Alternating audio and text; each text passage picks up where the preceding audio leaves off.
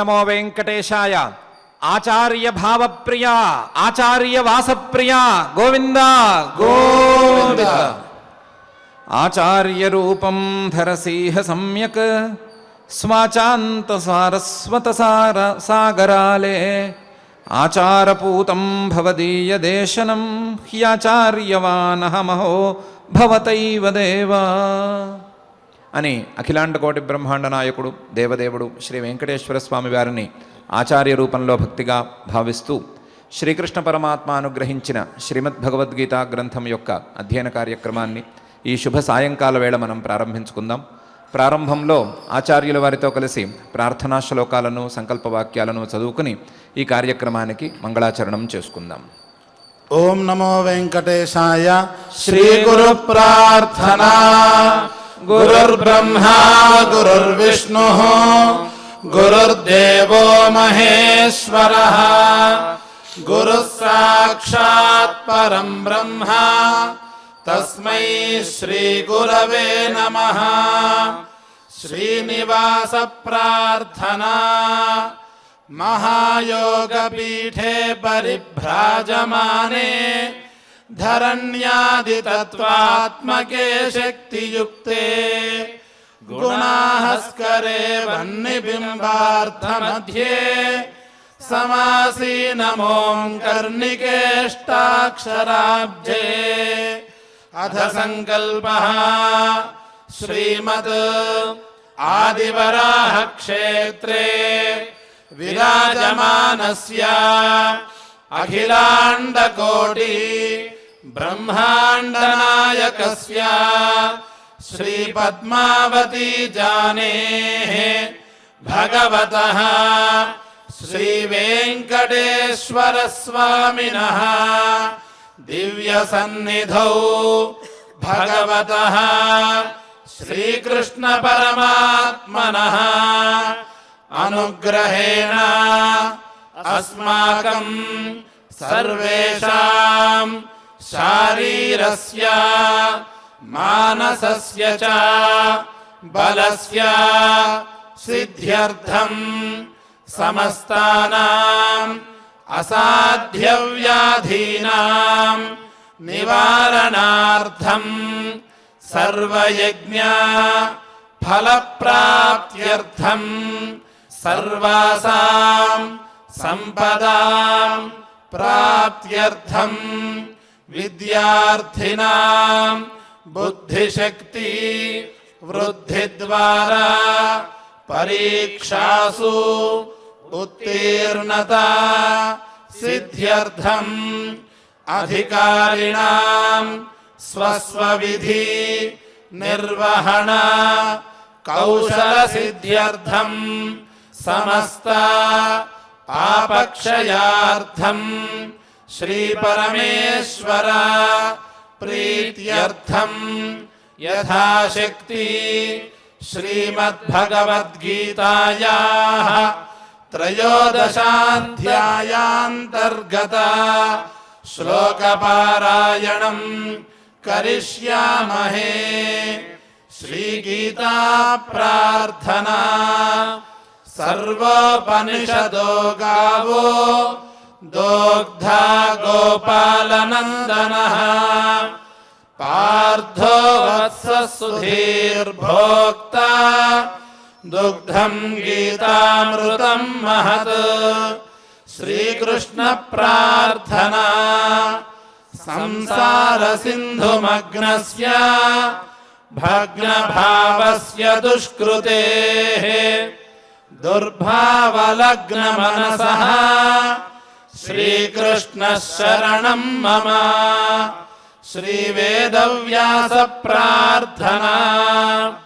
వాసిష్ఠశక్తి పౌత్రశ్చ శుకదేవ గురుర్గురుః ఆషాఢ పూర్ణిమా పూజ్యః పూర్ణచంద్ర నిభాననః.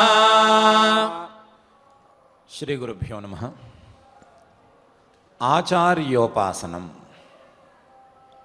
ఈ పదాన్ని పరమాత్మ మనకు త్రయోదశాధ్యాయంలో మనం 2 రోజులుగా వ్యాఖ్యానం చేసుకుంటున్నటువంటి శ్లోకంలో ప్రయోగించి చూపించాడు. ఎవరి ఆచార్యుడు, ఆచార్యుడి యొక్క ఉపాసన ఏమిటి, ఆచార్యుణ్ణి ఉపాసిస్తే వచ్చే ఫలితం ఏమిటి, పరమాత్మ ఎందుకు ఇక్కడ ఆచార్యోపాసనం అనేటువంటి గుణాన్ని 6వ గుణంగా ప్రవేశపెడుతున్నాడు అని మనం చాలా శ్రద్ధగా గమనించుకోవలసి ఉంది. ఆచార్యుడు అనే శబ్దానికి ఇంతకుముందే ఒకసారి మనం అర్థం చెప్పుకున్నాం. ఆచినోతి శాస్త్రార్థం ఆచారే స్థాపయత్యపి స్వయమాచరతే యస్తు తమాచార్యం ప్రచక్షతే అని. శాస్త్రార్థాన్ని సరిగ్గా తెలుసుకుని తాను ఆచరిస్తూ తాను ఉపదేశం చేసే విద్యార్థులు, తన ఉపదేశాన్ని వినేటువంటి విద్యార్థులు కూడా దాన్ని ఆచరించేట్లుగా ప్రోత్సహించేవాడు, అలాంటి ప్రేరణను ఇచ్చేవాడు ఆచార్యుడు అని పిలువబడతాడు అని. ఇటువంటి ఆచార్యుడి యొక్క ఉపాసనను చేసుకోమని పరమాత్మ అంటున్నాడు. ఆచార్యుడి మీద భక్తిగా ఉండమని చెప్పటం లేదు, ఆచార్యుడి మీద గౌరవంతో ఉండమని అసలే చెప్పటం లేదు, ఆచార్యుడిని ఉపాసన చేసుకోమని చెప్తున్నాడు. ఉపాసన అనే పదం వేదాంత మర్యాద ప్రకారం, అంటే ఉపనిషత్తుల యొక్క నియమం ప్రకారం పరమాత్మకు చెందినటువంటి పదం. బ్రహ్మను, పరబ్రహ్మను లేదా పరమాత్మను ఉపాసన చేసుకోవటం, పరమాత్మ యొక్క ఒక సగుణమైనటువంటి రూపాన్ని ఉపాసన చేసుకోవటం, ఇంతవరకే వేదాంతాలలో ఉపనిషత్తులలో ఉండేటువంటి విధానం. మరి అలాంటి ఉపాసన అనే పదం ఆచార్యుడితో కలపటం ద్వారా పరమాత్మ ఆచార్యుడనేవాడు పరమాత్మ యొక్క ఒక ప్రతిరూపం అనే మాట చెప్పకనే చెప్పాడు. ఇంతేకాకుండా ఆయనను గౌరవించుకోవటం లేదా భక్తితో ఉండటం లేదా పూజించటం ఇవన్నీ కాకుండా పరమాత్మ స్వరూపంగా, పరమాత్మ యొక్క ఒక సగుణ రూపంగా ఉపాసన చేయాలి అని కూడా చెప్తున్నాడు. ఉపాసన చేయటం అంటే ఆచార్యుడి దగ్గరగా ఉండటం ఆసనం. ఆచార్యుడి దగ్గరగా ఉండి ఆయన మనసుకు దగ్గరగా ఉండేట్టుగా ఆయనకు శుశ్రూష చేసుకోవటం, ఆయన మనసులో అనుగ్రహం కలిగి ఆయన ఉపదేశం చేసుకునేటువంటి పరిస్థితిని తెచ్చుకోవటం, ఇంతవరకు ఈ ఆచార్యోపాసనం అనేది చెల్లుతుంది అని మనం అర్థం చేసుకోవచ్చు. ఈ ఆచార్యుడు గనక శాస్త్రార్థం తెలిసినవాడు, పరమాత్మతత్వ సాక్షాత్కారాన్ని పొందినవాడు అయి శిష్యుడి మీద అనుగ్రహ బుద్ధితో ఉంటే, శిష్యుడు యోగ్యుడు అనేటువంటి అనుగ్రహ బుద్ధితో ఉన్నట్లయితే అటువంటి సందర్భంలో ఆ ఆచార్యుడు ఉపదేశాన్ని చేస్తాడు అనే విషయం కూడా మనకు రకరకాల ఉదాహరణల ద్వారా తెలుస్తూనే ఉన్నది. విశేషించి ఛాందోగ్యోపనిషత్తులో ఆచార్యవాన్ పురుషో వేద అనే మాట చాలా స్పష్టంగా ఉన్నది. ఆచార్యవాన్ పురుషో వేద. ఏ శిష్యుడికైతే, ఏ సాధకుడికైతే ఆ పరమాత్మ రూపమైనటువంటి ఆచార్యుడు ఉపదేశం చేస్తాడో, ఉపదేశం ద్వారా తత్వజ్ఞానాన్ని పొందే స్థితిని శిష్యుడు ఎప్పుడైతే పొందుతాడో ఆ సందర్భంలో ఆ శిష్యుడికి మాత్రమే తత్వజ్ఞానం కలుగుతుంది, ఇతరులకు కలిగేందుకు అవకాశం లేదు. ఆచార్యవాన్ పురుష వేద. ఆచార్యుడు ఉపదేశం చేస్తేనే, గురూపదేశం వలన మాత్రమే శిష్యుడికి జ్ఞానోదయం కలుగుతుంది అని చాలా స్పష్టంగా ఉన్నది. ఇది తత్వజ్ఞానము, ఆ తత్వజ్ఞానానికి సంబంధించిన వ్యవహారాలు, ఉపాసనలు, వీటికి సంబంధించిన విశేషం అనేది ఇంతవరకు మనం అనుకుంటున్నది. కానీ ఏ జ్ఞానాన్ని పొందాలన్నా, ఏ జ్ఞానం పరిపూర్ణం కావాలన్నా, ఏ విషయంలో విద్య కానీ మరొకటి కానీ సఫలతను పొందాలన్నా గురువు అనుగ్రహం తప్పనిసరి, ఆచార్యుడి యొక్క అనుగ్రహం తప్పనిసరి అని మనకు మన ప్రాచీన గురు శిష్య పరంపరా గ్రంథాలలో స్పష్టంగా తెలుస్తోంది. ఆచార్యుణ్ణి ఇంతవరకు మనం అనుకున్నట్లుగా పరమాత్మతత్వ సాక్షాత్కారాన్ని పొంది పరమాత్మోపదేశం చేసేవాడు అని నిర్ణయించినట్లుగా ఉపనీయతు యశిష్యం వేదమధ్యాపయేద్విధ బుధ సకల్పం సరహస్యంచ తమాచార్యం ప్రచక్షతే అని మనువు గారు కూడా ఆచార్య లక్షణాన్ని వేరే విధంగా చెప్పారు. శిష్యుని దగ్గరకు తీసుకుని ఆ శిష్యుడికి వేదాలను, వేదాంగాలను, వేదంలో ఉండేటువంటి ప్రక్రియలను, ఆ వేదార్థాలను, ఆ వేదార్థాలకు సంబంధించినటువంటి ఇతర విద్యలను, వీటిని ఉపదేశం చేసేవాడు కూడా ఆచార్యుడు అనే చెప్పబడతాడు అని. ఈ రకంగా చూసినప్పుడు పరమాత్మ యొక్క ఉపదేశాన్ని మనం అర్థం చేసుకుంటున్నటువంటి క్రమంలో కేవలం వేదాంత విద్యను ఉపదేశం చేసే ఆచార్యుడు మాత్రమే కాక వేద విద్యలను ఉపదేశం చేసే, వేద విద్యలకు సంబంధించినటువంటి విద్యలను ఉపదేశం చేసేవాడు కూడా ఆచార్యుడే అని, ఆ విద్యలకు దగ్గరగా ఉండేటువంటి విద్యలు లేదా ఏ విద్య అయినా సరే విద్యను ఉపదేశం చేసేవాడు ఆచార్యుడు అనే విషయం మనకు స్పష్టంగా బోధపడుతోంది. ఇలాంటప్పుడు వేదాంత విద్యను ఉపదేశం చేసే ఆచార్యుణ్ణి ఉపాసించినట్లే ఇతర విద్యలను ఉపదేశం చేసేటువంటి ఆచార్యులను కూడా ఉపాసించటం, వారి అనుగ్రహం ద్వారా విద్యను సంపాదించటం అనేది మానవుల కర్తవ్యంగా పరమాత్మ అభిప్రాయపడుతున్నాడు. ఆ అభిప్రాయంతో ఆచార్యోపాసనం అనేటువంటి గుణాన్ని మన ముందు ఉంచుతున్నాడు. మానవులు ప్రతి స్థాయిలోనూ బాలదశలో, చిన్నపిల్లవాడు అనేటువంటి దశలో, విద్యార్థిగా ఉండేటువంటి దశలో, పై దశలో, పై దశలలో, ఏ దశలోనైనా సరే, ఏ విషయాన్ని తెలుసుకోవాలన్నా సరే, ఏ విద్యను పొందాలన్నా సరే, ఏ జ్ఞానాన్ని పొందాలన్నా సరే ఈ ఆచార్యుడి యొక్క అనుగ్రహం తప్పనిసరి. అనుగ్రహం కోసం ఉపాసన అనేది కూడా తప్పనిసరి అని పరమాత్మ స్థిరంగా చెప్తున్నాడు. ఆచార్యోపాసనం అని. ఏమి ఇంత ఆచార్యోపాసనంలో విశేషం అని ఆలోచిస్తే ఒక అద్భుతమైనటువంటి ఉపాఖ్యానం ఛాందోగ్యోపనిషత్తులో కనిపిస్తుంది. ఛాందోగ్యోపనిషత్తులో సత్యకాముడు, జాబాలుడు అనేటువంటి ఒక పిల్లవాడి ఆఖ్యాయికను మనం ఇంతకుముందు కొంత భాగం వరకు చెప్పుకున్నాం. బహుశः కర్ణుడి గురించి మొదటిసారి వచ్చిన ప్రస్తావనలో ఆయనకు విరుద్ధంగా సత్యం మీద ఉండేటువంటి శ్రద్ధను, ఈ చిన్నపిల్లవాడిలో ఉండేటువంటి శ్రద్ధను అర్థం చేసుకోవటానికి ఆ ఉపాఖ్యానం చెప్పుకున్నాం. సత్యకాముడు, జాబాలుడు అనేటువంటి పిల్లవాడు చాలా చిన్న పిల్లవాడు, 7-8 ఏళ్ళు ఉంటే ఉంటాయి. ఆయన గౌతమ మహర్షి గారి దగ్గరకు వెళ్ళాడు. హారిద్రుమంతం గౌతమం అభిసమేత్య ఉవాచ. ఆయన దగ్గరకు వెళ్ళి నన్ను శిష్యుడిగా స్వీకరించమన్నాడు. నిన్ను శిష్యుడిగా స్వీకరించాలంటే మీ తండ్రి పేరేంటి, మీ తాత పేరేంటి, పై వాళ్ళ పేరేంటి, మీ గోత్రం పేరేమిటి అని అడిగాడు ఆయన. అడిగితే పిల్లవాడికి తెలియక తల్లి దగ్గరికి వెళ్ళాడు. తల్లిని అడిగాడు. తల్లేమో నేను చాలా చిన్న వయసులో మీ నాన్నగారికి భార్యగా వచ్చాను, ఎప్పుడూ అతిథుల సందడి నిరంతరం ఉంటూ ఉండేది, ఎప్పుడూ వారికి సేవ చేయటంలోనూ మీ నాన్నగారికి సేవ చేయటంలోనూ మునిగిపోయి ఉండేదాన్ని, అందువలన గోత్రం ఏమిటి అని అడిగేటువంటి సందర్భం నాకు రాలేదు. నాకు తెలిసినంత వరకు నా పేరు జాబాల, కాబట్టి నీ పేరు జాబాలహ అవ్వాలి, ఇంతే నాకు తెలిసింది, ఏ మాట చెప్పు గురువుగారికి అని చెప్పింది. పిల్లవాడు ఉన్నదున్నట్లుగా గురువుగారి దగ్గరకు వెళ్ళి చెప్పాడు. చెప్తే గురువుగారు, ఇలాంటి సత్యం పలికేటువంటి యోగ్యత ఉండే పిల్లవాడిని ఇంతవరకు నేను చూడలేదు, అందువలన నీ గోత్రం అక్కర్లేదు, ఏమీ అక్కర్లేదు, నీ పేరే జాబాలుడు, జాబాలుడితో పాటు ఇంత సత్యాన్ని పలుకుతున్నావు కాబట్టి సత్యకాముడు అని నీ పేరు అని అతనికి ఉపనయనం చేశాడు. ఇంతవరకు మనం ఇంతకుముందు తెలుసుకున్నటువంటి ఆఖ్యాయిక. ఆ తర్వాత ఏమైంది అంటే, పిల్లవాడిని ఉపనయనం రోజున చాలా ముద్దుగా చూసుకున్నాడు గురువుగారు. మరుసటి రోజున పిలిచాడు. పిలిచి 400 బక్క చిక్కిన ఆవులను చూపించాడు. బాగా చిక్కిపోయినాయి ఇవి. ఈ 400 ఆవులు ఇవి. ఈ 400 ఆవులు వీటిని అడవిలోకి తీసుకెళ్ళు, ఇవి 1000 కాకుండా మళ్ళీ తిరిగి రావద్దు. నా సహస్రేణ అనివర్తేథాః అని. 1000 కాకుండా తిరిగి రావద్దు. 400 ఆవులు, బక్క చిక్కిన ఆవులు, ఇవి 1000 అయిన తర్వాత తిరిగిరా, లేదా 1000 కాకుండా మాత్రం మరలు రావద్దు అని చెప్పాడు. ఒక చదువు లేదు, ఒక ఉపదేశం లేదు, అఆలు లేవు, ఒంట్లు లేవు, ఏమీ లేవు. ఇదే మాట చెప్పాడు రెండో రోజున. పిల్లవాడు మారు మాట్లాడకుండా ఆవుల వెంట వెళ్ళాడు. ఆవుల్ని కాచే శక్తి ఆ పిల్లవాడికి ఉందా లేదా అని కూడా మనకు తెలియదు. చాలా చిన్న పిల్లవాడు, ఆవుల్ని ఏం కాస్తాడు? కానీ ఆవుల వెంట వెళ్ళిపోయాడు. ఆవుల వెంట వెళ్ళిపోయాడు కదా, గురువుగారికి దయలేదా అని అనుకోక్కర్లేదు. శిష్యుల యొక్క సాధనా స్థాయి, శిష్యుల యొక్క యోగ్యత కనిపెట్టగలగటం అనేది ఆ గురువుల యొక్క మహావిశేషమైనటువంటి లక్షణం. శిష్యుల యొక్క యోగ్యత, వాళ్ళ యొక్క అంతఃసత్వం, వీటిని కనిపెట్టిన తర్వాత వాళ్ళు అడవిలోనైనా సరే, మరొక చోటైనా సరే ఎలా ఉండగలరు, ఏ రకంగా వాళ్ళు సాధించుకోగలరు అనే విషయం గురువులకు తెలుస్తుంది. ఆ తెలిసిన విధానంలో ఆయన పంపించేశాడు. శిష్యుడు మారు మాట్లాడకుండా వెళ్ళిపోయాడు.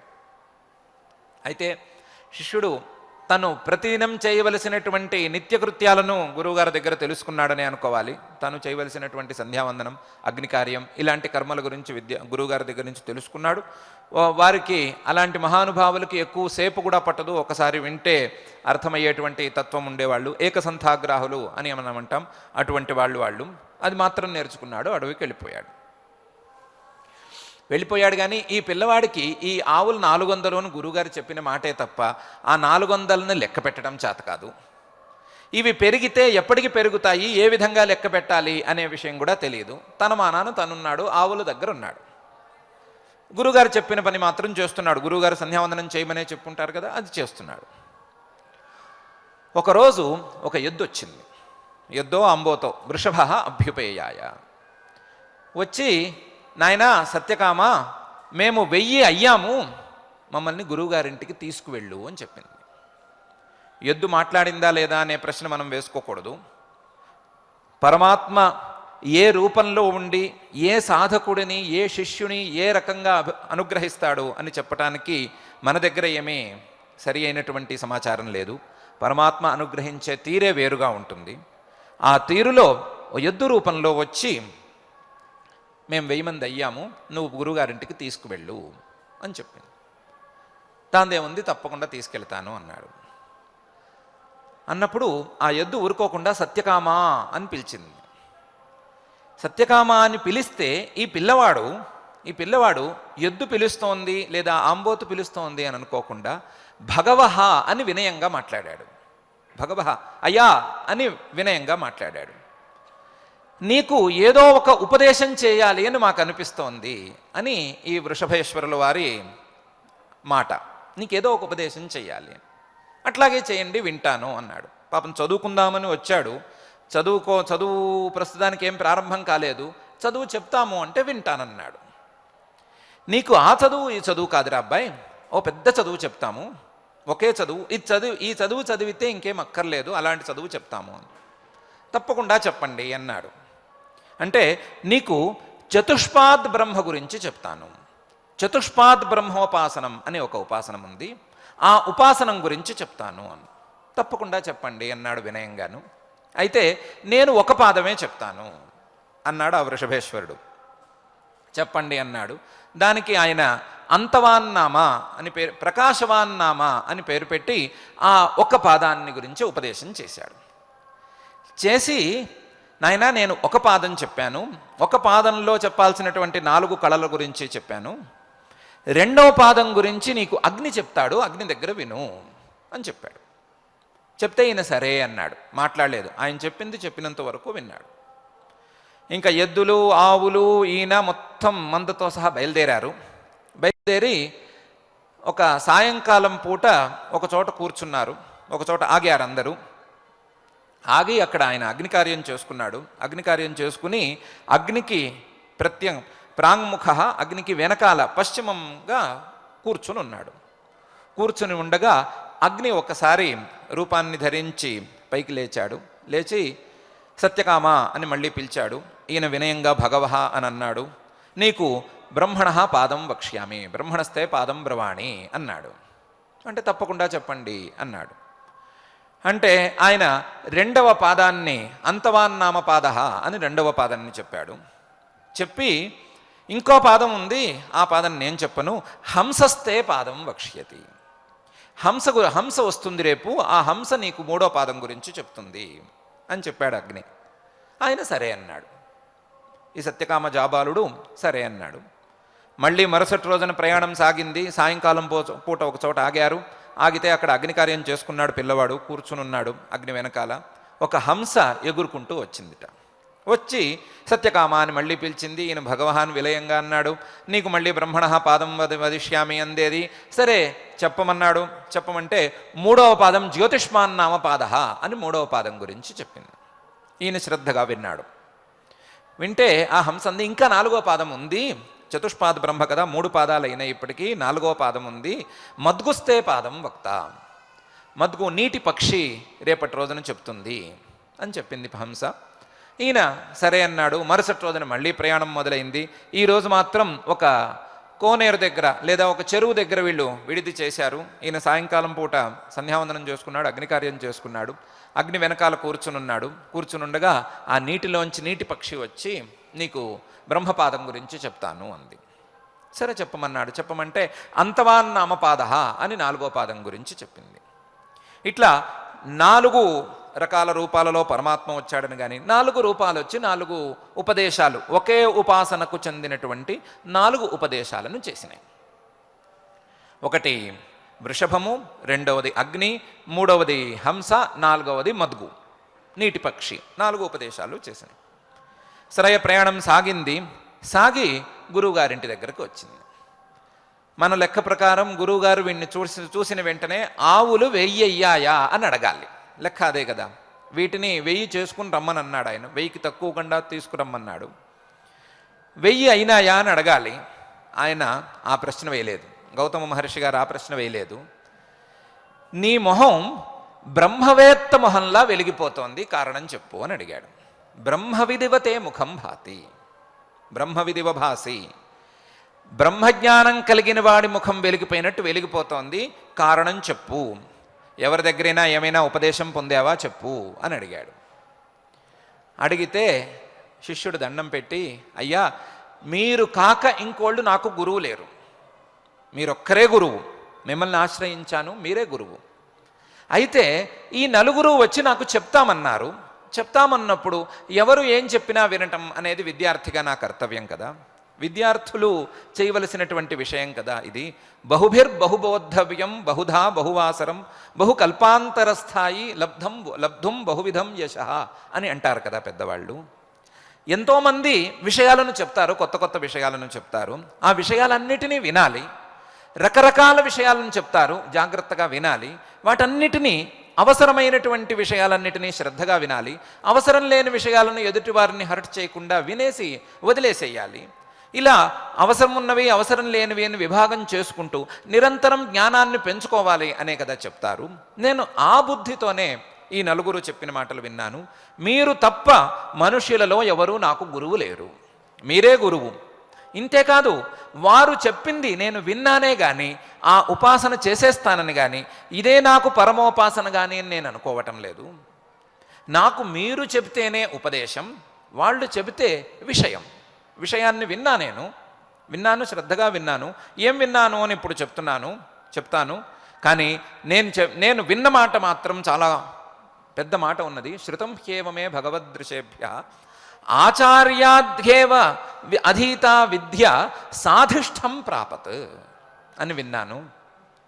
ఆచార్యుడి దగ్గర నుండి ఎవరినైతే మనం ఆశ్రయించి ఉన్నామో, ఎవరినైతే గురువుగా భావించి ఉన్నామో అటువంటి గురువు ద్వారా వచ్చినటువంటి విద్యే మనిషిని నిలబెడుతుంది అని నేను విన్నాను. మనిషిని నిలబెట్టి సాధువుగా మారుస్తుంది, లేదా ఆ విద్య సాధువుగా ఉంటుంది అని నేను విన్నాను. అందువలన నా విద్య సాధువు అవ్వాలంటే మీరు ఉపదేశం చేయాలి. కాబట్టి మీరు ఉపదేశం చేస్తే నేను ఉపాసన చేసుకుంటాను, లేదా పైన ఏం చేయమంటే చేస్తాను, లేదా మరొక పని చేయమంటే మరొక పని చేస్తాను అన్నాడు. అంటే ఆయన అన్నాడు, ఏమేం చెప్పారో చెప్పు మొత్తం అన్నాడు. అంటే ఇతను మొత్తం విషయాలన్నిటినీ ఒప్పచెప్పాడు. ఈ వృషభం చెప్పినటువంటి మొదటి ప్రకాశవాన్నామపాద అంటే మరి అందులో 4 కళలు ఏం చెప్పినాయంటే ప్రాచీదిక్కల, ప్రతీచీదిక్కల, దక్షిణాదిక్కల, ఉదీచీదిక్కల అని చెప్పిందండి అన్నాడు. అది అంతే అన్నాడు. రెండవ అగ్ని చెప్పినటువంటి అంతవాన్నామపాదలో ఏమేం కళలు ఉన్నాయని చెప్పమన్నాడు. ఆయన పృథివీ కళ, అంతరిక్షం కళ, ద్యౌః కళ, సముద్ర కళ అని 4 కళలు ఉన్నాయండి అని చెప్పాడు. దాన్ని కూడా సరిగ్గానే ఉందన్నాడు. మరి మూడవ హంస చెప్పినటువంటి పాదంలో ఏముంది, ఈ నీకు చెప్పిన జ్యోతిష్మాన్నామ పాదహాలో ఏముంది అని అడిగితే అగ్నికళ, సూర్యకళ, చంద్రకళ, విద్యుత్ కళ అని 4 కళలు చెప్పిందండి అన్నాడు. అది కూడా బాగానే ఉంది అన్నాడు. 4వ అంతవాన్నామ పాదహాలో ఏముంది అని అడిగాడు. అప్పుడు ప్రాణకళ, చక్షుకళ, శ్రోత్రం కళ, మనఃకళ అని 4 పాదాలు చెప్పినాయండి, 4 కళలు చెప్పినాయండి అన్నాడు. అయితే ఈ 4 కళలు కలిగినటువంటి ఒక్కొక్క పాదం 4 పాదాలు మొత్తం 16 కళలు, అలాగే 4 పాదాలు ఉండేటువంటి చతుష్పాత్ షోడశకల బ్రహ్మోపాసన నువ్వు చేసుకోవచ్చురా అబ్బాయి. ఇది ఉన్నదిన్నట్టుగానే చెప్పింది. ఇది నీకు సరి అయిన రీతిలోనే ఉపదేశం అందింది అని చెప్పాడు ఆయన. ఇది చెప్పిన తర్వాత ఇది చెప్పిన తర్వాత నీకు చదువుకోవాల్సిన విద్య అంటూ ఏమీ లేదు, ఇదే విద్య, ఈ విద్య నుండి పై స్థాయికి ఎలా వెళ్ళాలి అని నీకే తెలుస్తుంది, సరి అయిన రీతిలో సరి అయిన సమయంలో యోగ్యమైన సమయంలో ఉపదేశం అందుతుంది, నీ విద్య పూర్తయిపోయింది, నువ్వు ఇక్కడి నుంచి వెళ్ళిపోవచ్చు అని పంపించేశాడు. ఎన్నేళ్ళు ఆయన అడవిలో ఏమి తపస్సు చేశాడో, ఎన్నేళ్ల పాటు నేర్చుకోవాల్సినటువంటి విద్య ఈ నలుగురు, అందులోనూ వృషభము లాంటి వ్యక్తుల ద్వారా లేదా ఆ ప్రాణుల ద్వారా ఎలా పొందాడు, పొందిన తర్వాత గురువుగారు ఆ విద్యను ఎలా అంగీకరించి ఇదే పరిపూర్ణమైనటువంటి విద్య అని ఎలా చెప్పాడు అని మనం జాగ్రత్తగా ఆలోచించుకుంటే ఈ పిల్లవాడికి వేరే తపస్సు అనే అవకాశమే లేదు. కేవలం గురువు గారి వాక్య పరిపాలన. గురువుగారి వాక్య పరిపాలన అంటే గురువుగారు కేవలం తన పశువులను పెంచుకోవటానికే, తన పశు సంపదను పెంచుకోవటానికే శిష్యుణ్ణి పశువులను కాచడానికి వినియోగించినట్లయితే తిరిగి వచ్చిన తర్వాత అడిగి ఉండేవాడు కదా, 1000 అయినాయా లేవా, సరిగ్గా ఉన్నాయా లేవా, అన్నీ బలిసినాయా లేవా అని అడిగి ఉండేవాడు కదా. ఏమీ అడగలేదు. ఆయనకు తన పశువుల మీద ఆలోచన ఏమీ లేదు. ఈ సాధకుడికి, ఈ స్థితిలో ఉండే సాధకుడికి ఈ రకమైన గురుసేవను, ఈ రకమైనటువంటి గోసేవను చేయమని చెబితేనే అతనున్న స్థాయి నుండి పై స్థాయికి వెళతాడు అని గురువుగారికి తెలుసు. కాబట్టి ఆ రకమైనటువంటి ఉపాసనను అతనికి ఉపదేశించి లేదా ఆ రకమైన ఉపాసన చేయవలసిందిగా ప్రోత్సహించి తద్వారా ఆ పిల్లవాడిని సర్వోన్నతమైనటువంటి స్థాయికి తీసుకువెళ్ళాడు. ఆ తరువాత ఈ సత్యకామ జాబాలుడు తను గురువై చాలామంది విద్యార్థులకు పాఠం చెప్పాడు. ఉపకోసలుడు అనేటువంటి ఇంకో మహానుభావుడికి కూడా పాఠం చెప్పాడు. అతను ఒక మహాగురు భక్తుడు. ఆ గురుభక్తుడికి అలాంటి వారందరికీ కూడా చాలామందికి పాఠాలు చెప్పి విద్యార్థులను అభివృద్ధి పథంలోకి తీసుకువచ్చినటువంటి మహానుభావుడయ్యాడు. వీటంతటికీ కారణం ఏమిటి అని మనం ఆలోచిస్తే ఆచార్యోపాసనం అనే విషయం మనకు స్పష్టంగా తెలుస్తోంది. ఈ ఆచార్యోపాసనం గనక చేసుకోగలిగినట్లయితే ఎట్లాంటి విద్య అయినా సరే మనకు పూర్తిగా హస్తగతం అవుతుంది అనే విషయంలో ఏమీ సందేహపడక్కర్లేదు.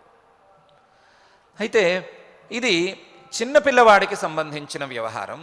చిన్నపిల్లవాడు, అతనికి గురువుగారి మీద వినయము లాంటివి ఉండేందుకు అవకాశం ఉంటుంది, ఆస్కారం ఉంటుంది. కానీ పెద్దవాళ్ళు, పై వయసుల వాళ్ళు, వీళ్ళందరికీ వినయం రమ్మంటే ఎక్కడి నుంచి వస్తుంది? లేని వినయాలను ఎక్కడి నుంచి తెచ్చిపెట్టుకుంటారు? పెద్దవారికి లేదా వయోజన విద్య అనేది వేరే రకంగా ఉండాలి, లేదా పెద్దవారికి ఆ సమాజంలో ఆయా స్థాయిలలో ఉండేవారికి వేరే రకంగా ఉండాలి. వారికి ఈ ఆచార్యోపాసనం అనేది తగదు అని ఏమైనా మనకి మనసులో కలుగుతుందేమో. కేవలం చిన్న వయసు వారికే ఈ ఆచార్యోపాసనం అని కలుగుతుందేమో. అలా కలగకూడదని బృహదారణ్యకోపనిషత్తులో యాజ్ఞవల్క్య జనక సంవాదంలో చాలా విశేషంగా చెప్పారు. యాజ్ఞవల్క్యుడు అని మహానుభావుడు, ఆయన బ్రహ్మవేత్త. జనక మహారాజు గారు బ్రహ్మవేత్తలు ఎక్కడున్నారు, బ్రహ్మవేత్తలలో కల్లా కూడా ఉత్తమోత్తముడు ఎవడు అని పరీక్షించుకుని ఆ పరీక్షలో యాజ్ఞవల్క్యుడే బ్రహ్మవేత్తలలో ఉత్తముడు, అగ్రగణ్యుడు అనే విషయాన్ని నిర్ణయించుకుని యాజ్ఞవల్క్యుడి ద్వారా ఉపదేశాన్ని పొందటానికి ప్రయత్నం చేశారు. యాజ్ఞవల్క్యుడు వచ్చాడు, కూర్చున్నాడు. జనక మహారాజు గారు జాగ్రత్తగా కొద్దిగా, అయ్యా మీకు 1000 ఆవులు ఇస్తాను, ఈ విషయం చెప్పండి, ఏదో పైన స్వర్ణం ఇస్తాను, ఈ విషయం చెప్పండి అని క్రమంగా అడుగుతూ వస్తున్నాడు. యాజ్ఞవల్క్యుడు చూస్తున్నాడు. ఎంతసేపటికి ఇస్తాను అనే అహంకారంలో ఉన్నాడే కానీ ఆ అహంకారాన్ని తగ్గించుకుని గురువు ముందు సాగిలపడేటువంటి తత్వం ఇంకా రాలేదు అని గమనిస్తూ విషయాన్ని చెప్తూనే ఉన్నాడు. కానీ వినేవాడికి ఇంకా విషయం ఉంది, మనం తెలుసుకోవాలి అనిపించేటట్లు చెప్తున్నాడు. అది క్రమంగా చెప్తున్నాడు, ఒక వరుసలో చెప్పుకుంటూ వస్తున్నాడు. క్రమంగా పాపం జనక మహారాజు గారు ఇచ్చే వస్తువులు పెంచాడు. చివరికి ఒక దశలో, అయ్యా ఈ మిథిలా రాజ్యం మొత్తం మీకు సమర్పిస్తున్నాను, నన్ను కూడా నేను మీకు సమర్పించుకుంటున్నాను, పైన చెప్పండి అని అడిగాడు. యాజ్ఞవల్క్యుడు అప్పటికీ ఏమీ లొంగలేదు.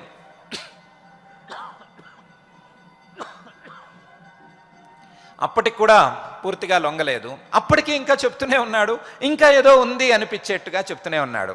చివరికి జనక మహారాజు గారు అర్థం చేసుకుని, ఈయన గురూపసదనం చేస్తే గాని, గురువు ముందు నా అహంకారాన్ని పూర్తిగా విడిచిపెడితే గాని నాకు పరిపూర్ణమైనటువంటి ఉపదేశం చేసేలా లేడు, అసలు నాకు ఉపదేశం అందేలా లేదు. కాబట్టి నా అహంకారాన్ని పూర్తిగా విడిచిపెట్టుకోవాలి అని చివరి మాటగా, నేను ఈ మిథిలా నగరాన్ని మొత్తాన్ని, ఈ రాజ్యాన్ని మొత్తాన్ని మీ పాదాల ముందు పెట్టేస్తున్నాను. నన్ను కూడా మీ దాసుడుగా మీ పాదాల ముందు పెట్టుకుంటున్నాడు. మాంచదాస్యాయ, నన్ను నేను మీ దాసుడి కింద మీ పాదాల ముందు పెడుతున్నాను, నాకు ఉపదేశం చేయండి అని ప్రార్థించాడు. ప్రార్థించిన తర్వాత ఆయనకు ఆ జనక మహారాజు గారికి అర్థమయ్యే, ఆ సాధకుడికి ఉపయుక్తమయ్యేటువంటి ఉపదేశాన్ని యాజ్ఞవల్క్య మహర్షి గారు సంగ్రహంగా చేశారు. మనలాంటి వారికి కూడా అర్థమయ్యేట్టుగానే పరమాత్మ తత్వోపదేశం చేశారు. అభయమైనటువంటి బ్రహ్మ సామాన్యంగా మానవులు లేదా ఏ ప్రాణైనా సరే భయానికి లోనవుతుంది. ఆ భయంతోనే జీవితాన్ని సాగిస్తూ ఉంటుంది. భయాన్ని దాటి ఏ రకమైన భయము ఉండని పరిస్థితిని చేరాలి అంటే, ఆ స్థితిని చేరాలి అంటే, ఆ అభయమైనటువంటి బ్రహ్మను తెలుసుకోవాలంటే ఏం చెయ్యాలి అని ఆయన సంగ్రహంగా చెప్పారు. అంతవరకు చెప్పినటువంటి ఉపదేశాలన్నిటినీ కూడా వీటికి వాడుకోమని ఉపదేశం చేశారు. ఇలా ఉపదేశం చేయటం ద్వారా ఎంతటి మహారాజైనా, ఎంతటి పెద్దవాడైనా, వయస్సులోనైనా, పదవిలోనైనా, అధికారంలోనైనా, సంపదలోనైనా సరే, ఎవరైనా సరే గురువుల ముందు మాత్రం తక్కువే. గురువులు వారు గనక తత్వజ్ఞానోపదేశం చేయాలి లేదా ఏదో ఒక విద్యను ఉపదేశించాలి అంటే వారి ముందు వీరు తక్కువగా ఉన్నప్పుడు మాత్రమే వారికి ఆ విద్య సఫలంగా లభిస్తుంది లేదా విద్య సగుణంగా లభిస్తుంది అనే అంశం మనకు చాలా స్పష్టమవుతోంది.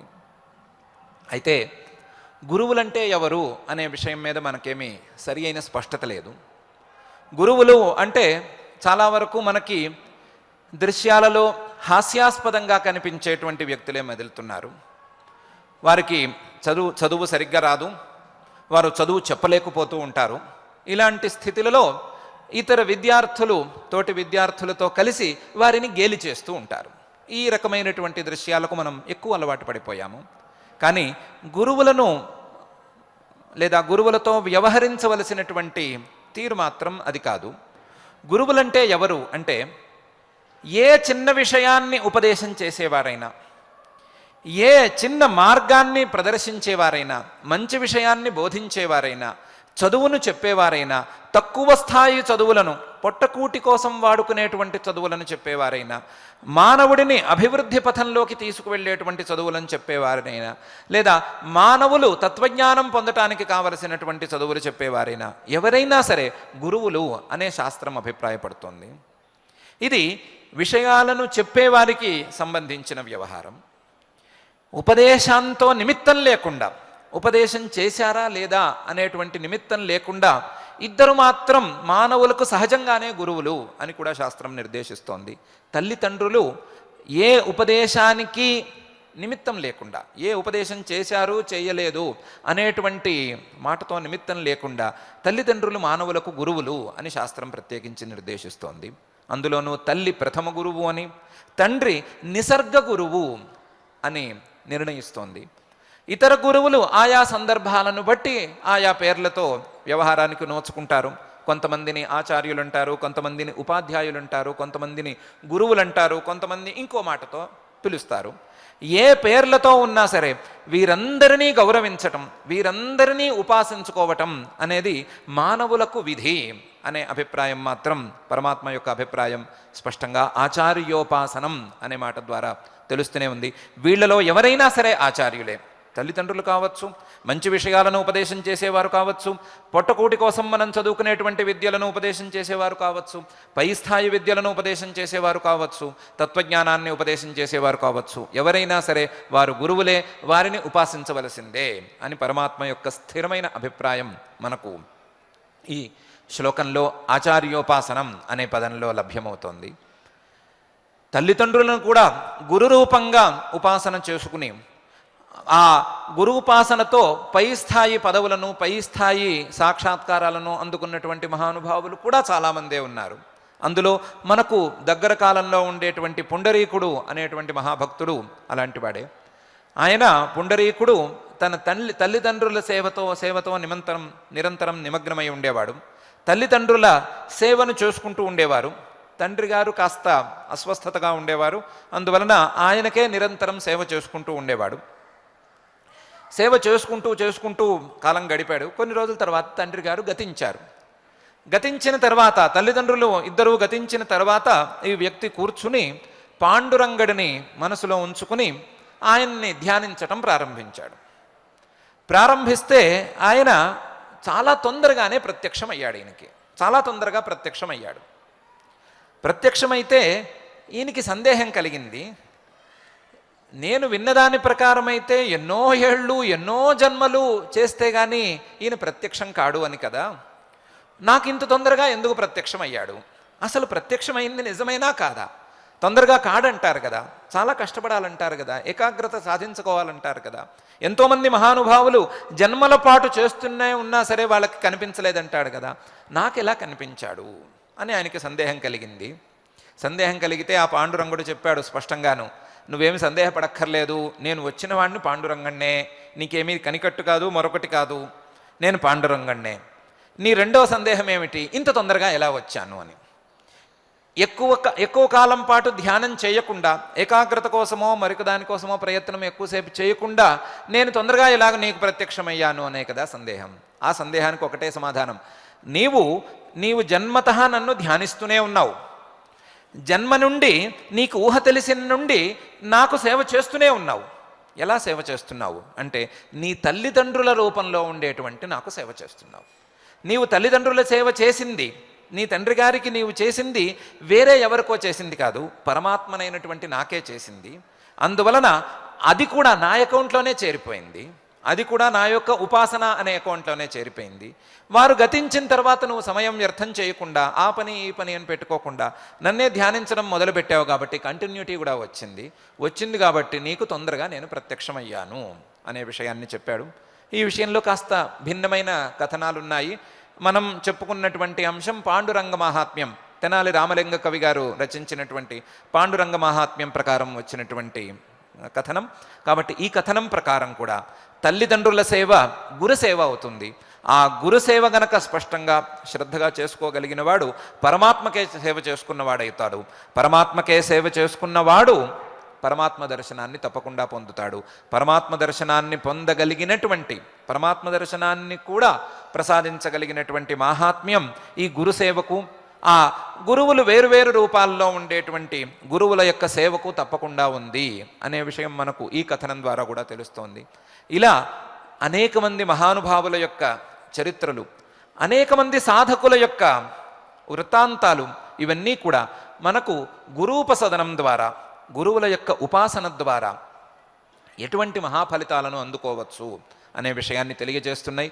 మనకు సమయం చాలా స్వల్పం కాబట్టి అలాంటి గురుభక్తుల యొక్క చరిత్రలను అన్నిటినీ మనం చెప్పుకోలేకపోతున్నాం. ఉపమన్యువు గారు, ఆరుణి గారు, లేదా ఉపకోసలుడు, ఇలాంటి మహానుభావులు, ఉపనిషత్తులలో ప్రతిపాదించినటువంటి గురుభక్తులు, లేదా పురాణాలలో మహాభారతంలో ప్రతిపాదన చేసినటువంటి గురుభక్తులు, లౌకికంగా మనకు తెలిసినటువంటి మహానుభావులైనటువంటి గురుభక్తులు, వీరందరి వృత్తాంతాలను మనం పరిశీలించుకున్నట్లయితే ఈ ఆచార్యోపాసనం అనేది మనల్ని అన్ని దశలలోనూ అభివృద్ధి పథంలోకి తీసుకువస్తుంది అనే విషయాన్ని మనం గట్టిగా నమ్మవచ్చు, విశ్వసించవచ్చు. మనలో ఈ విశ్వాసాన్ని పెంచటానికే పరమాత్మ ఆచార్యోపాసనం అనేటువంటి మాటను ఈ శ్లోకంలో ప్రత్యేకించి చెప్తున్నాడు. ఆచార్యోపాసనం శౌచం స్థైర్యం ఆత్మ వినిగ్రహ అని. మనము ప్రాథమికంగా మనం గురువుల విషయంలో పెట్టుకున్నటువంటి భ్రమలను తొలగించుకుందాం. మన తల్లిదండ్రుల దగ్గర నుంచి, మన అన్నలు, మనకంటే పెద్దవారు, బంధువులలో పెద్దవారు, పరిచయస్థులలో పెద్దవారు, వీరందరూ కూడా మనకు గురువులు, ఏదో ఒక అంశంలో గురువులు అనే విషయాన్ని మొదలు మనసులోకి తెచ్చుకుందాం. అలాగే మనకు ఏ విద్యలను నేర్పించేవారైనా సరే వారు గురువులు అనే విషయాన్ని దృష్టిలో ఉంచుకుందాం. ఉత్తమమైనటువంటి విద్యలను నేర్పించేవారు గురువులు అనే విషయాన్ని కూడా మనసులో స్థిరంగా ఉంచుకుందాం. వీరందరినీ గౌరవించటం అనేది మన ప్రాథమిక విధిగా మనం ఉంచుకుందాం. అందులోనూ తల్లిదండ్రులు, అన్నదమ్ములు, వీరందరినీ కూడా గురువులుగా భావించి ఉపాసన చేసుకునేటువంటి ఉత్తమ వారి పట్ల మాత్రం అగౌరవంగా ప్రవర్తించే కుసంస్కారానికి మనం ఏ విధంగానూ లోను కావద్దు. వారి పట్ల మన గౌరవ భావాన్ని పెంచుకునే ప్రయత్నం మనం చేసుకుందాం. ప్రయత్నం చేసుకుని ఆ గురురూపి అయినటువంటి, ఆచార్య రూపి అయినటువంటి పరమాత్మ యొక్క ఉపాసనం చేసుకుని మనం ఆ ఆచార్యుడు యొక్క, జగదాచార్యుడు లేదా జగద్గురువు యొక్క అనుగ్రహానికి పాత్రులమవుదాం. మనం చేసుకునేటువంటి ఈ గురూపాసనా మార్గంలో మనకు ప్రాథమిక స్థాయి నుండి చివరి స్థాయి వరకు, ఫలితం దక్కే స్థాయి వరకు మనకు తోడుగా నిలవవలసి ఉందని మనకు ఆ గురు భక్తి పూర్తిగా మనసులలోకి తేవలసిందని ఆ అఖిలాండకోటి బ్రహ్మాండ నాయకుడు దేవదేవుడు జగద్గురువు అయినటువంటి శ్రీ వెంకటేశ్వర స్వామి వారిని భక్తిగా ప్రార్థించుకుందాం. ఆ ప్రార్థనతో ఈరోజు పారాయణ కార్యక్రమాన్ని ప్రారంభించుకుందాం. మనకు నిత్యం పారాయణ చేయించేటువంటి మన ప్రియతమ ఆచార్యులు వారు శ్రీమాన్ ఉపాధ్యాయుల కాశీపతి సోమయాజి ఘనపాఠి గారు వ్యక్తిగత కారణాల వలన 4 రోజుల పాటు రాలేను అని తెలియచేశారు. వారి స్థానంలో వచ్చినటువంటి శ్రీమాన్ కుప్పా నరసింహ శర్మ గారు మనతో ఇప్పుడు పారాయణ కార్యక్రమాన్ని నిర్వహింపజేస్తారు. మనం శ్రద్ధగా పారాయణ కార్యక్రమాన్ని చేసుకుందాం. అథ అథ శ్రీమద్భగవద్గీతాసు శ్రీమద్భగవద్గీతాసు ఉపనిషత్సు ఉపనిషత్సు బ్రహ్మ విద్యాయాం యోగశాస్త్రే శ్రీకృష్ణార్జున సంవాదే క్షేత్రజ్ఞ విభాగయోగో నామ త్రయోదశోऽధ్యాయః శ్రీభగవానువాచ ఇదం శరీరం కౌంతేయ క్షేత్రమిత్యభిధీయతే ఏతద్యో వేత్తి తం ప్రాహుః క్షేత్రజ్ఞ ఇతి తద్విదః క్షేత్రజ్ఞం చాపి మాం విద్ధి సర్వక్షేత్రేషు భారత క్షేత్రజ్ఞయోర్జ్ఞానం యత్తజ్ఞానం మతం మమ తత్క్షేత్రం యచ్చ యాదృక్చ యద్వికారీయతశ్చ యత్ స చ యో యత్ప్రభావశ్చ తత్సమాసేన మే శృణు ఋషిభిర్బహుధా గీతం ఛందోభిర్వివిధైః పృథక్ బ్రహ్మసూత్రపदैश्चैव హేతుమద్భిర్వినిశ్చితైః మహాభూతాన్యహంకారః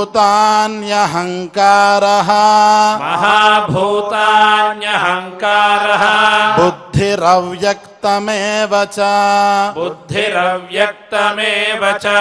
ఇంద్రియాణి దశైకంచ పంచచేంద్రియగోచరాః ఇచ్ఛాద్వేషः సుఖం దుఃఖం సంఘాతశ్చేతనాధృతిః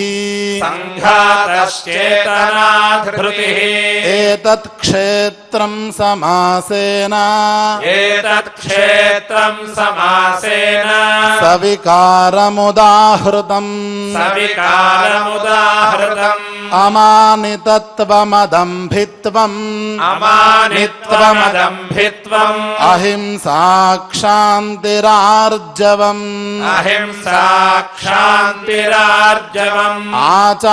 ఆచార్యోపాసనం శౌచం స్థైర్యమాత్మవినిగ్రహः ఇంద్రియార్థేషు వైరాగ్యం అనహంకార ఏవ చ జన్మ మృత్యుజరా వ్యాధి దుఃఖదోషానుదర్శనం దుఃఖదోషానుదర్శనం అసక్తిరనభిష్వంగః అసక్తిరనభిష్వంగః పుత్రదారగృహాదిషు పుత్రదారగృహాదిషు నిత్యం చ సమచిత్తత్వం నిత్యం చ సమచిత్తత్వం ఇష్టానిష్టోపపత్తిషు ఇష్టానిష్టోపపత్తిషు మయి చానన్యయోగేన మయి చానన్యయోగేన భక్తిరవ్యభిచారిణి భక్తిరవ్యభిచారిణి వివిక్తదేశసేవిత్వం వివిక్తదేశసేవిత్వం అరతిర్జన సంసది అరతిర్జన సంసది అధ్యాత్మజ్ఞాన నిత్యత్వం అధ్యాత్మజ్ఞాన నిత్యత్వం తత్వజ్ఞానార్థదర్శనం తత్వజ్ఞానార్థదర్శనం ఏతజ్ఞానమితి ప్రోక్తం ఏతజ్ఞానమితి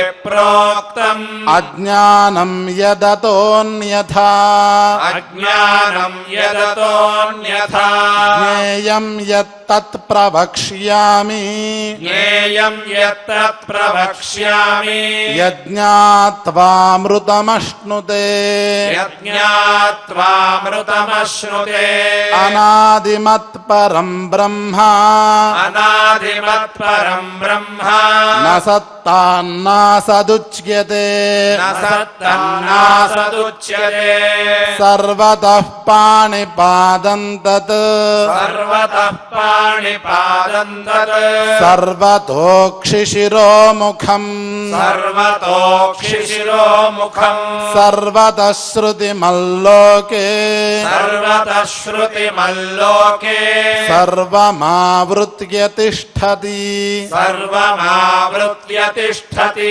సర్వేంద్రియగుణాభాసం సర్వేంద్రియగుణాభాసం సర్వేంద్రియవివర్జితం సర్వేంద్రియవివర్జితం అసక్తం సర్వభృచ్చైవ అసక్తం సర్వభృచ్చైవ నిర్గుణం గుణభోక్తృ చ నిర్గుణం గుణభోక్తృ చ బహిరంతశ్చ భూతానాం బహిరంతస్య భూతానాం అచరం చరమేవ చ అచరం చరమేవ చ సూక్ష్మత్వాత్ తదవిజ్ఞేయం సూక్ష్మత్వాత్ తదవిజ్ఞేయం దూరస్థం చాంతికే చ తత్ దూరస్థం చాంతికే చ తత్ అవిభక్తం చ భూతేషు అవిభక్తం చ భూతేషు విభక్తమివ చ స్థితం విభక్తమివ చ స్థితం భూతభర్తృ చ తజ్ఞేయం భూతభర్తృ చ తజ్ఞేయం గ్రసిష్ణు ప్రభవిష్ణు చ గ్రసిష్ణు ప్రభవిష్ణు చ జ్యోతిషామపి తజ్జ్యోతిః జ్యోతిషామపి తజ్జ్యోతిః తమసః పరముచ్యతే తమసః పరముచ్యతే జ్ఞానం జ్ఞేయం జ్ఞానగమ్యం జ్ఞానం జ్ఞేయం జ్ఞానగమ్యం హృది సర్వస్య విష్ఠితం హృది సర్వస్య విష్ఠితం ఇతి క్షేత్రం తథా జ్ఞానం ఇది క్షేత్రం తథా జ్ఞానం జ్ఞేయం చోక్తం సమాసతః జ్ఞేయం చోక్తం సమాసతః మద్భక్త ఏతద్విజ్ఞాయ మద్భక్త ఏతద్విజ్ఞాయ మద్భావాయోపపద్యతే మద్భావాయోపపద్యతే ప్రకృతిం పురుషం చైవ ప్రకృతిం పురుషం చైవ విద్యనాది ఉభావపి విద్యనాది ఉభావపి వికారాంశ్చ గుణాంశ్చైవ వికారాంశ్చ గుణాంశ్చైవ విద్ధి ప్రకృతి సంభవాన్ విద్ధి ప్రకృతి సంభవాన్ కార్యకారణ కర్తృత్వే కార్యకారణ కర్తృత్వే హేతు ప్రకృతిరుచ్యతే హేతు ప్రకృతిరుచ్యతే పురుష సుఖ దుఃఖానాం పురుష సుఖ దుఃఖానాం భోక్తృత్వే హేతురుచ్యతే భోక్తృత్వే హేతురుచ్యతే పురుష ప్రకృతిస్థో హి పురుష ప్రకృతిస్థో హి భుంక్తే ప్రకృతిజాన్ గుణాన్ భుంక్తే ప్రకృతిజాన్ గుణాన్ కారణం గుణసంగోస్య కారణం గుణసంగోస్య సదసద్యో నిజన్మసు సదసద్యోని జన్మసు ఉపద్రష్టానుమంతా చ ఉపద్రష్టానుమంతా చ భర్తా భోక్తా మహేశ్వరః భర్తా భోక్తా మహేశ్వరః పరమాత్మేతి చాప్యుక్తః పరమాత్మేతి చాప్యుక్తః దేహేస్మిన్ పురుషః పరః దేహేస్మిన్ పురుషః పరః య ఏవం వేత్తి పురుషం య ఏవం వేత్తి పురుషం ప్రకృతిం చ గుణైః సహ ప్రకృతిం చ గుణైః సహ సర్వథా సత్వం స్థావరజంగమం సత్వం స్థావరజంగమం క్షేత్ర క్షేత్రజ్ఞ సంయోగాత్ క్షేత్ర క్షేత్రజ్ఞ సంయోగాత్ తద్విద్ధి భరతర్షభ తద్విద్ధి భరతర్షభ సమం సర్వేషు భూతేషు సమం సర్వేషు భూతేషు తిష్టంతం పరమేశ్వరం తిష్టంతం పరమేశ్వరం వినశ్యత్ స వినశ్యంతం వినశ్యత్స్వ వినశ్యంతం యః పశ్యతి స పశ్యతి యః పశ్యతి స పశ్యతి సమం పశ్యన్ హి సర్వత్ర సమం పశ్యన్ హి సర్వత్ర సమవస్థితమీశ్వరం సమవస్థితమీశ్వరం నహి నస్త్యాత్మనాత్మానం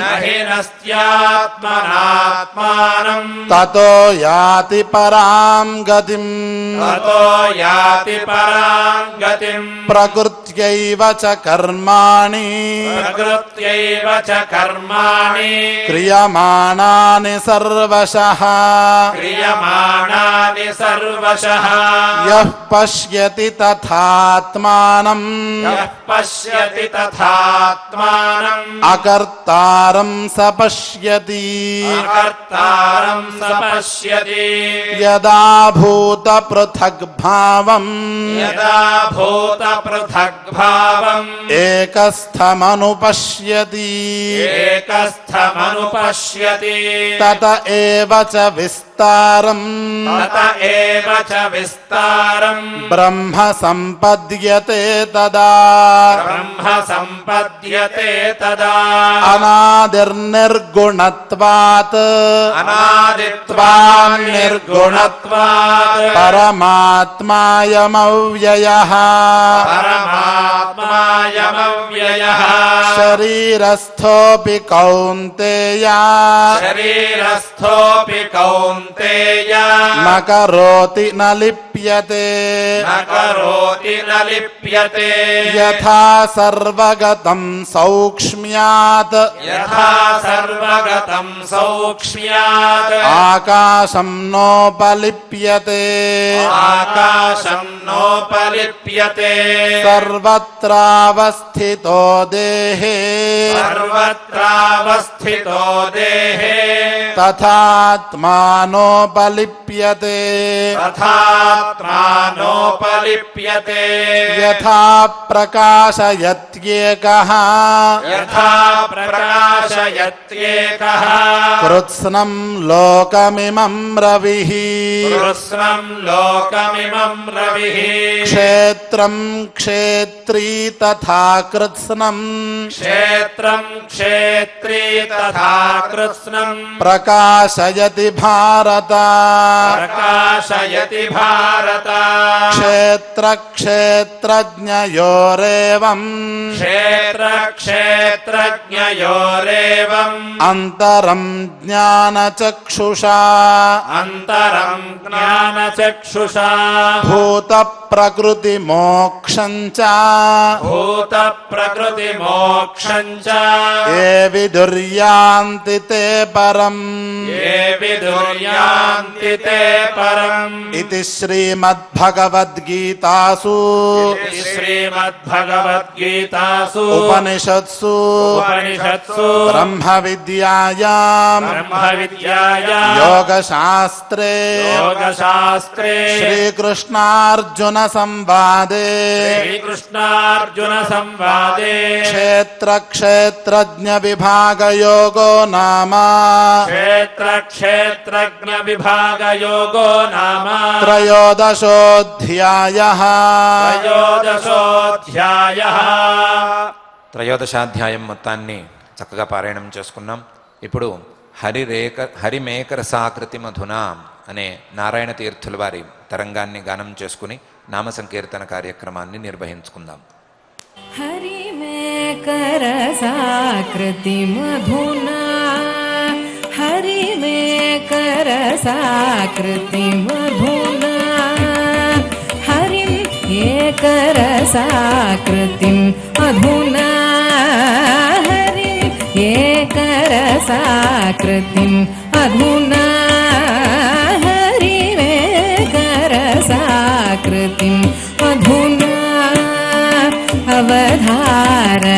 అవధారయతాగమ విధినా హరిమేకరసాకృతిం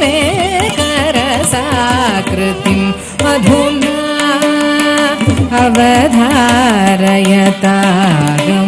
విధినా హరిం ఏకరసాకృతిం అధునా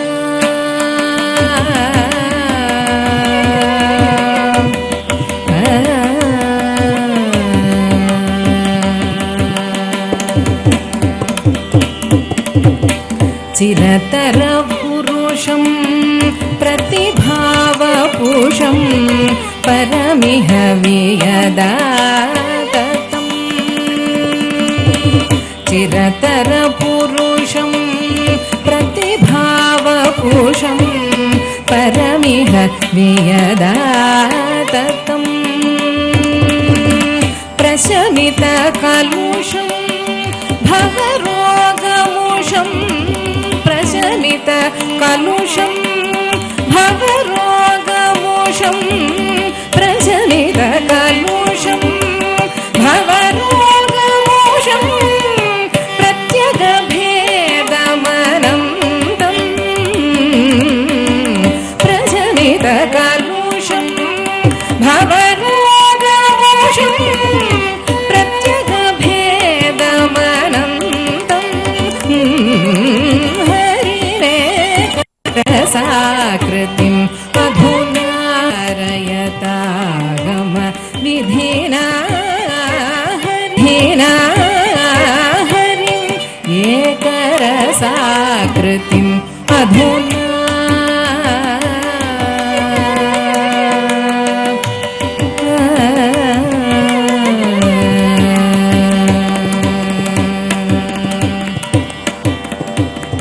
इदमिति सकलं जगदति चपलं मायिकमधुनातनम्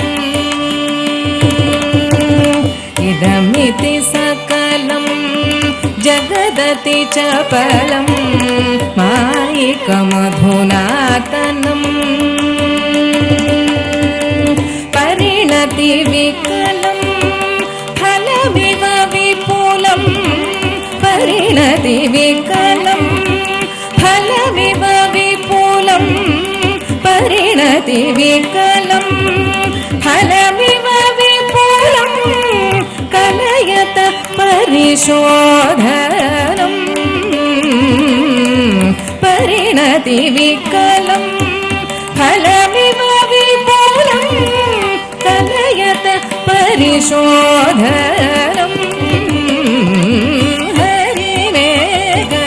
रसाकृतिम् अधुना अवधारयतागम विधिना हरिम् एकरसाकृतिम् अधुना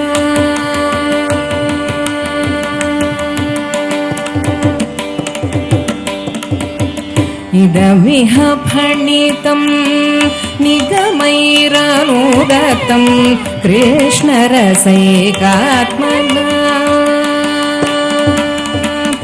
इदमिह फणितं निगमैरनुगतं कृष्णरसैकात्मना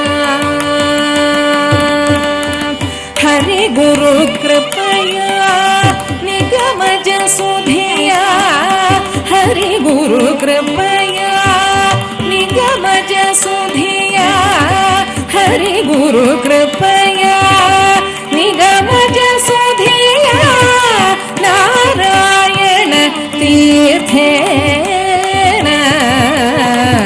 हरिगुरुकृपया निगमज सुधिया नारायण तीर्थेन रसाकृतिम् अधुना अवधारयतागम विधिना हरिम् एकरसाकृतिम् अधुना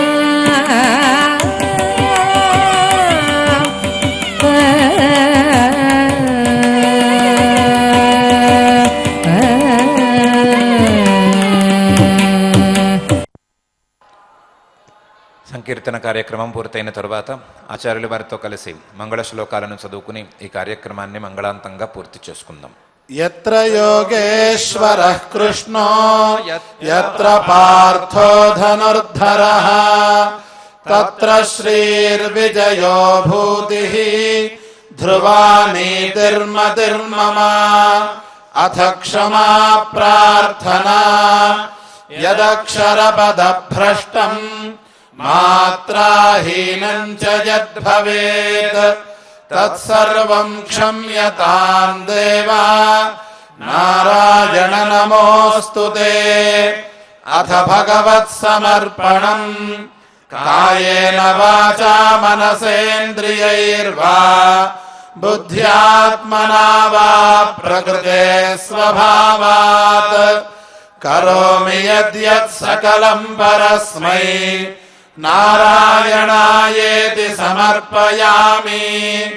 अथ लोकक्षेम प्रार्थना सर्वे भवन्तु सुखिनः सर्वे सन्तु निरामयाः सर्वे भद्राणि पश्यन्तु मा कश्चित् दुःखभाग् भवेत्.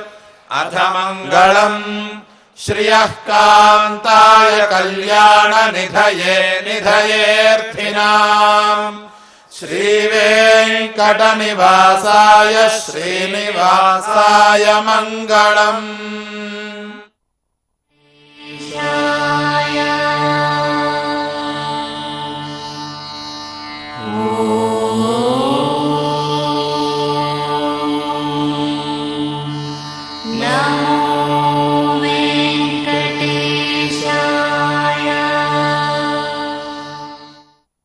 Oh